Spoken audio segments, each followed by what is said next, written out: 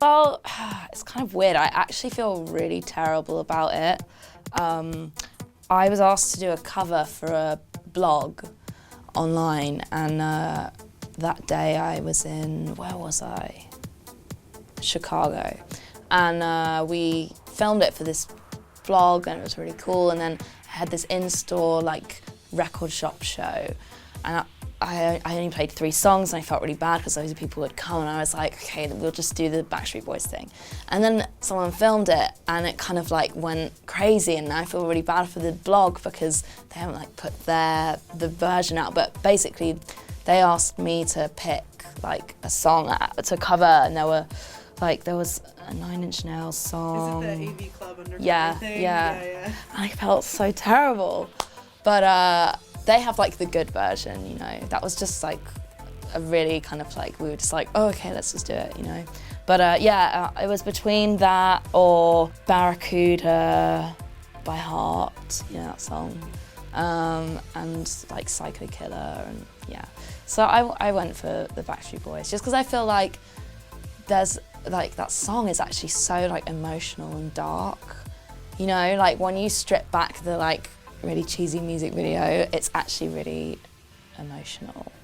I don't know. I mean, I feel like a lot of guilty pleasures are some of the best pop songs, and also that's just a term thrown around by people who are like too worried about what people think of them, you know. It's kind of like a cloak to disguise the fact that they actually really like I don't know what song, you know, a Britney song or a Miley Cyrus song or whatever. But, you know, at the end of the day, I've always said when it comes to pop music, for me, if it's good, I like it. And I know that sounds like such an obvious statement, but I feel like there is a lot of really terrible pop music, but there's also a lot of amazing pop music, and some that doesn't even get recognised as pop music, but it is. You know, just as long as it's emotional and passionate, I like it. When I write my songs, I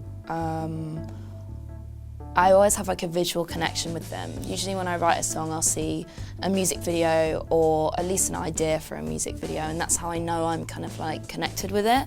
And when I wrote I Love It, which was actually a really quick process, I wrote it in half an hour in a hotel room in Sweden.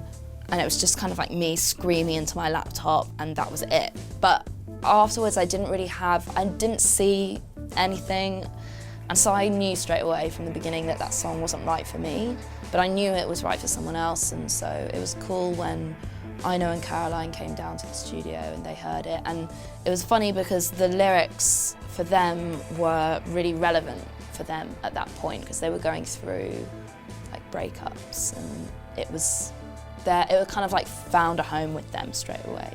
Whereas me, I was just kind of like, I don't know, I was just on some weird like anger rush or something, and you know, after that it was gone. But for them it really meant something, and so it had to go to them, and I'm glad it did because they're really doing the song justice.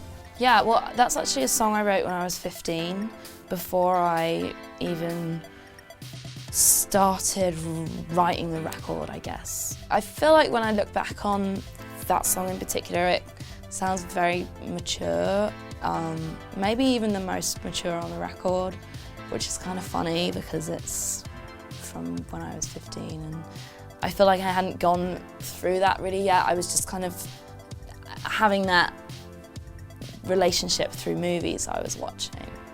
And I feel like that's where the song came from. I mean, I feel like I had a boyfriend at the time, but I didn't feel like encaged or, you know, totally lost and tormented like in that song, because I was just 15. But I feel like I liked the idea of that, and that's probably why I wrote the song. Yeah, I mean, I feel like I wanted the record to be a journey, because like I said, I have been writing this album since I was 15, and I really feel like the record is me growing up, and it is me exploring, and I think it is an exploration album because the songs span over such a long period of time, and it really is me finding myself and who I am and what I think love is, and you know, and I feel like that with that exploration comes these kind of like dips and dives, you know. But weirdly enough, I think it fits together perfectly as a body of work, and I feel like my favourite albums are those albums that have those turns in them, you know. Even though I do love albums where it's all kind of like one thing, but it's great of one thing, you know. For me, I feel like the best pop records, like Stripped by Christina Aguilera, they have those darker sides to them and the kind of, you know, the unexpected turns. So yeah, it was important to me to have that. And I also feel like the record's about love, and I feel like love is very, like, it has so many different faces. And I feel like I was exploring the idea of true romance and, you know, what it was. And I think that after I wrote the record, I kind of began to realise that there are these two sides to love.